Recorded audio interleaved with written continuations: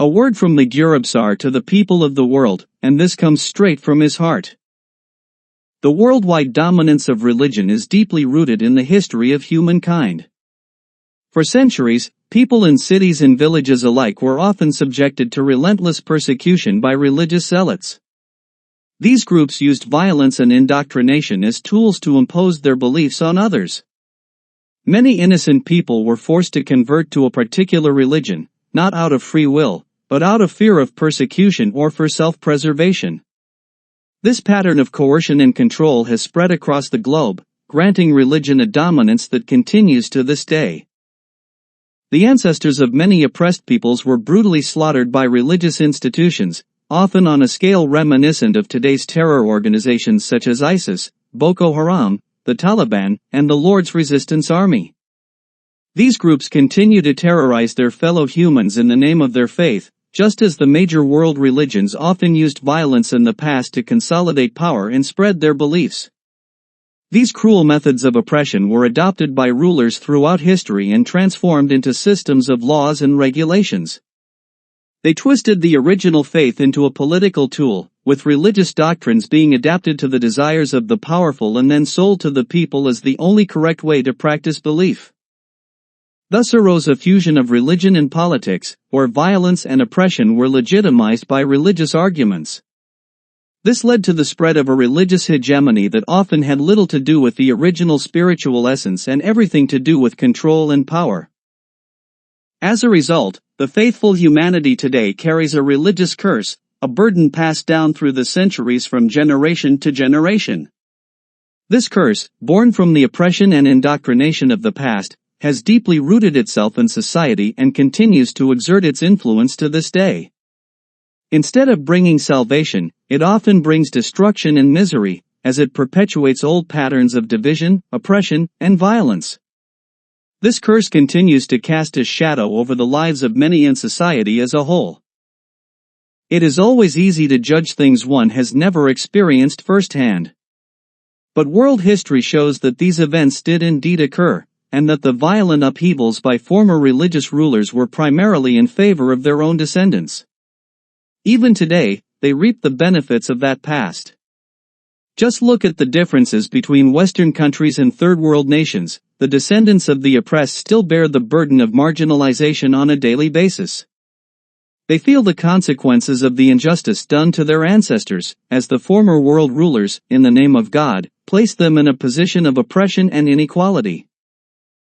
Sharing fairly was not an option then, and even now, it often still isn't. Therefore, stop carrying, passing on, and perpetuating this curse in your midst. Open your eyes and return to yourself, for a God is not necessary to survive or to be happy. Nature, as the creator of everything that was and is, has brought life on earth with an instinctive drive to preserve the species. Living beings are meant to support each other, as nature's goal has always been to make life more enjoyable for everyone. We are all products of the living nature, and the universe of which nature is a part is infinitely greater than all the gods. The Vatican and similar powers are among those who have indoctrinated your ancestors worldwide, often through violence. Therefore, this patriarch of the faithful humanity does not deserve a peace prize. He would only deserve a peace prize if he were to order the total destruction of this religious madness, which his predecessors maintained and which, under the name of the Bible, contributed for centuries to the indoctrination, oppression, injustice, and misunderstanding of peace, equality, and freedom between peoples. Equality and peace arise by following human examples. If you are wealthy, help your neighbor who is less than you. If he or she needs help, offer it without hidden motives. If someone, due to circumstances, cannot care for themselves, support them to become self-reliant so that they can provide for themselves and their family. For when one person makes another happy, this contributes to the happiness of the entire world. And in all this, let the strict, Bible-based constitution, rules, and laws of the government wither in their own limitations, so that people are no longer influenced by these in their humanity and love for one another. Thus, we must support each other and forever leave behind the selfishness often intertwined with religion. Everyone, religious or not, has a right to equality, but unfortunately, this is still hard to find in the Netherlands today.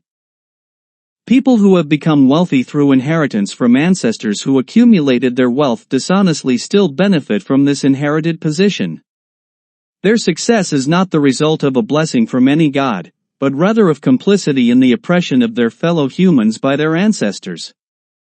Their wealth is often based on the theft of natural resources, which is not an admirable achievement but rather a sign of disdain for humanity and exploitation of nature and its riches. I wish that people like those described above would finally reflect and use part of their acquired wealth for the benefit of the underprivileged in our society. It is unjust that these underprivileged, who struggle to make ends meet, are forced to live a poor life by the selfish norms of Christian society. Additionally, I would like to point out that churches today present themselves as holy and helpful, where followers can receive aid in the name of God. However, this says nothing good about them. Consider that the wealth these churches possess actually belongs to the peoples they slaughtered and robbed over the centuries. A curse rests upon all religions, a curse that was pronounced in memoriam by the victims of all faiths upon every religion. No religion should get away with this or present itself as the embodiment of goodness, no matter how much good it does. Their modern practices will not erase the curse. The only way to lift this curse is by destroying the evil that is expressed in their holy books by malicious individuals. I wish everyone a good life, in good health and without shortcomings, until nature separates them. Lankar Ida Baguz, priest of the Vishnu Society.